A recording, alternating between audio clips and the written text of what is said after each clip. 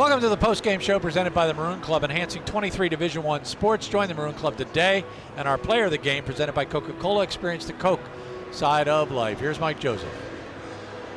Thanks, Gary. Here with Coach O'Hanlon. Coach, somewhat of a tale of two halves, but you mentioned at halftime that intensity. To match that intensity, you knew they were going to come out like a house of fire. Yeah, I mean, it's a championship program. It's a program that's been, I think, out of the last 9 years they've been in the championship game. And we knew that they're going to come out. We have to match that. And then they started making shots, and they got their momentum. And at the end of the day, we had no answer. Yeah, even when you brought Jaws back, didn't seem like he could get his rhythm as well. Maybe had lost it sitting down for so long. It may have, but, Avi Toomer was sitting out there, too. You just have to get it. They obviously stepped up their defense. We had to match that intensity. And they're a really good basketball team, so that's we have to learn from this and move on. I thought Neal, Quinn, and Boyle played really well for you and shot well. Some things to look at for later on down the line. Yeah, that was real positive.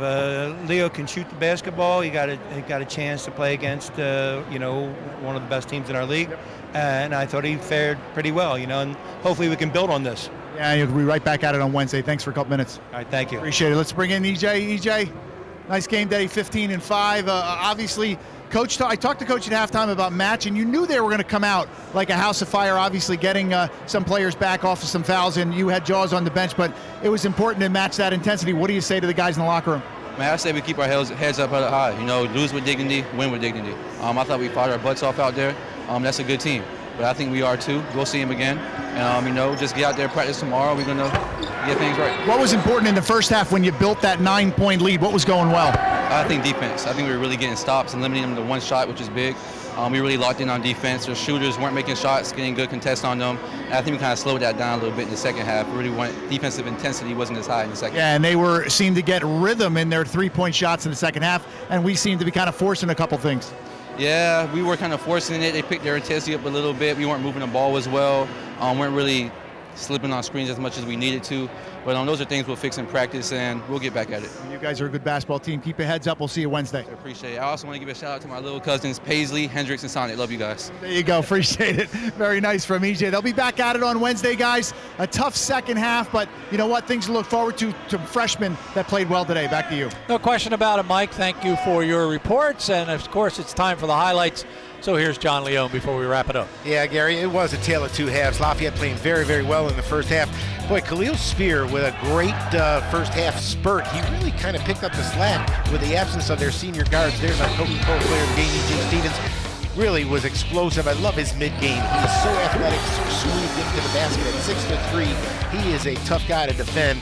Avi Toomer, virtually invisible in the first half. He only played 3 minutes because of foul trouble. Nathan Davis chose to keep him on the bench. He had nothing in the first half, and I'm telling you, Gary, he took this game over in the second half. Just a kind of leadership position of the upperclassmen, and of course Paul Newman on the inside doing a great job keeping the ball alive. And Avi Toomer, how many of those kinds of shots he had? He's always around the basketball. Watch this one. The ball finds him when you're a scorer and you're in there. Some guys just have a knack, and that young man, Avi Toomer, is a big part of the reason why Bucknell is as good as they are, and they just continue to reload. Jimmy Sotos was another player. 0 for 6 in the first half. You knew it wasn't going to last, and eventually Jimmy Sotos got things going. There's a kick out again. Jimmy Sotos from downtown. They started making shots. They started getting stops, and Lafayette had no answer. Meeks with a little catch and shoot right there, doing a nice job, and along with Funk and some other players. I'll tell you, Leo O'Boyle, one of the freshmen, 2 freshmen today that played a lot of minutes. Leo O'Boyle shoots the ball with a lot of confidence at 6'6", a huge upside, and the big freshman on the inside, Neal Quinn, giving Lafayette some answers, some bright spots. Gary, I want to make a point. 3 days ago, Lafayette was up in Boston University, played a night game. They traveled back to get back at 3 in the morning. You can't practice hard the next day. Yesterday, the day before a game, can't practice hard. Not to make excuses. The schedule wasn't real favorable starting the Patriot League season. Now, Lucas Jarrett gets hurt. I mean, things are going to be fine.